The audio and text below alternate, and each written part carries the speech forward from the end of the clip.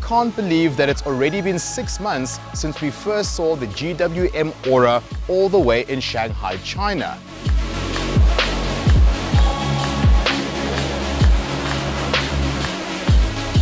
And now we finally get to drive it on local soil. Now I'm going to put myself out there and say that I really like the design of this car. I'm not saying it's a very good looking vehicle, but it is quirky. And if you want to stand out from the crowd, we all know quirk works. The design of the Aura 3, as it will be known in South Africa, can be best described as a marriage of retro styling themes and sporty details.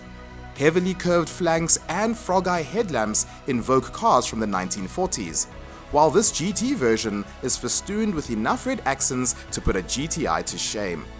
The latter extend into the interior, where they help to lift the slightly somber atmosphere, and in true environmentally responsible fashion, the cabin is trimmed in vegan-friendly materials, not actual leather.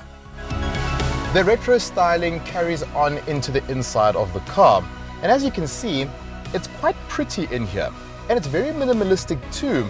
I really enjoy the way that they've made this car feel both old and new at the same time.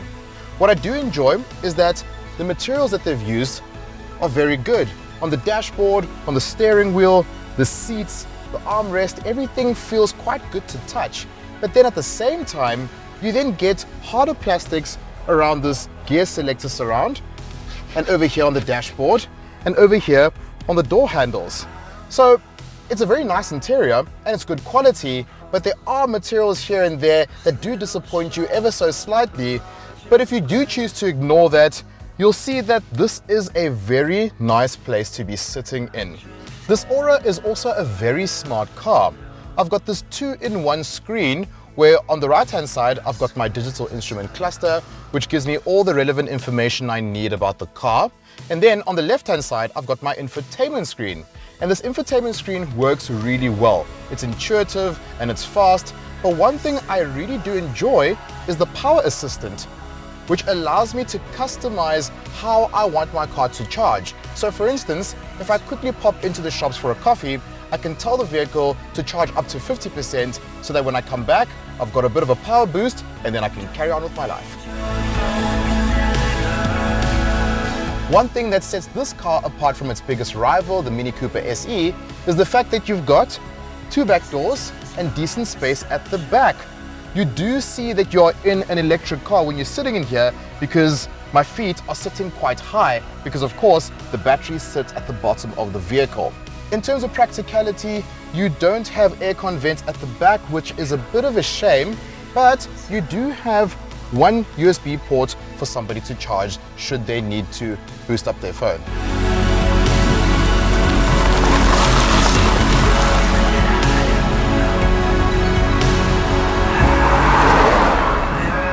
So normally we would say, what is underneath the hood? But in this instance, we'll say, what is beneath us? So beneath us, we have got a 63 kilowatt hour battery, which in normal people terms means that this car will give you a range of roughly 400 kilometers, which is very good. For a small car like this to be able to achieve that level of range, especially when you compare it to the fact that only SUVs in South Africa obtain that type of range in the electric space. I am very happy to report that this GWM Aura feels very solid on the road. It feels like a sturdy vehicle, and I don't know if a lot of that has got to do with the fact that electric cars are heavy in any case, so naturally you get a sense of weight and purpose behind the wheel. It being the GT variant, this car does feel a bit sportier than what I expected it to be. And it's interesting because the power output isn't actually that much. It only produces 126 kilowatts and 250 Newton meters. But I enjoy that because I feel that the majority of electric cars that are available in the South African market are too powerful for the normal consumer. So for the most part, you don't need all that boost. And because of the way electric cars deliver that power, it ends up being a bit jarring when you've got this on and off feel when you accelerate or decelerate. In the case of this Aura, They've given us conservative power figures, and they've given us a gradual power delivery as well. So when you squeeze the throttle, you can feel the car gently accelerate, and at the same time, when you lift off the throttle, you can feel a gentle deceleration, and the batteries are also charging through energy brake recuperation. We do have different drive modes in the car. When you start the vehicle up, it will default to normal, but if I press the button over here, I can activate sport mode, and there's a small chime. But if I press it again, I can also activate eco and an automatic mode. So there are 4 modes that you can choose from, but for me, normal mode is more than enough. Despite the fact that this is the GT variant and the more sportier one, the ride quality of this car is not compromised. I am riding on 18-inch wheels, which in some cases will make the vehicle feel a bit harder on the road. But as firm as this vehicle feels, it doesn't feel jarring in any way, shape or form. Instead, it feels quite poised, so as much as it looks like a city slicker, you can easily enjoy a decently long road trip in this vehicle, especially considering the range that you can achieve in this car. Overall, not only does it look good from the outside, but it also feels good when you're driving the car. And it's always a bit of a nerve-wracking thing as a journalist reviewing a car that you've been anticipating to drive for months. But in this case, I'm happy to say that I'm not disappointed whatsoever. And if anything, I am very impressed. The expectation for the GWM Aura before it launched in South Africa was that it was going to be the best value proposition in the small electric car space. But now that it's here in South Africa, the pricing is very similar to that of the Mini Cooper SE. But the advantages of this car is the fact that it is more practical. So for the consumer looking for an electric car within this segment, you're now very spoiled for choice as you've got 2 very good options. But personally, my heart leans more toward this car.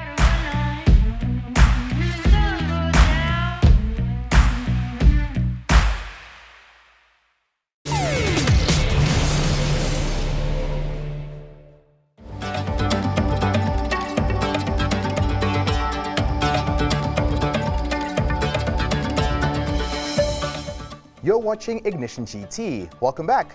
After spending a day or so driving the Aura, I came away very impressed with the quality of the package and the value proposition it offers. But will this be enough to entice buyers who may have not considered an EV before? It's tricky though, isn't it? And I do think that the South African pricing situation will help this car, because in any case, cars, whether they're electric or they're not electric, are very expensive. I mean, you take a Golf, you take an A-Class, you take anything that is small and compact, it's not cheap. So the fact that you can get an EV now starting off at around about 680, topping off mid-800s, it's not bad. And I kind of think, am I crazy for liking this car so much? I loved it. I honestly loved this EV.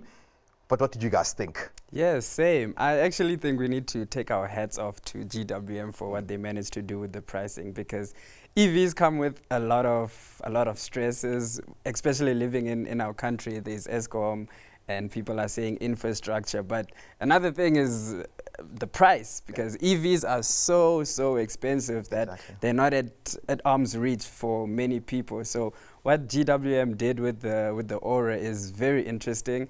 I love the way it looks. I feel it looks so beautiful, and the interior is just so premium. They managed to get a very premium interior, and you feel like you are in a very comfortable car and a solid car. Yeah, it is kind of hard not to like this car, you know, just because of the way it looks. I think, you know, it's almost like a Suzuki Jimny, and, you know, it's like, it just looks kind of cute. But at the same time, you know, trendy. There's some retro elements to the styling, but it doesn't look, it's not retro per se. You know, it doesn't look like, oh, they tried to make it look like a Morris Minor or a Beetle or whatever. And there's some really interesting styling elements. If you look at the back, for example, it doesn't actually have taillights. Yes. You know, which is really, and I like it when manufacturers are really adventurous. Yeah. you know, and they say, well, you know, with LED technology, we don't actually need light clusters anymore. So let's think of something different. But one other element that we haven't discussed is how the vehicle actually drives itself. We drove it on the road and we loved it on the road, but I know that the actual activation or the launch was on track. How did that feel? How was that? Because they are still heavier cars. So is it dynamic? Is it sporty?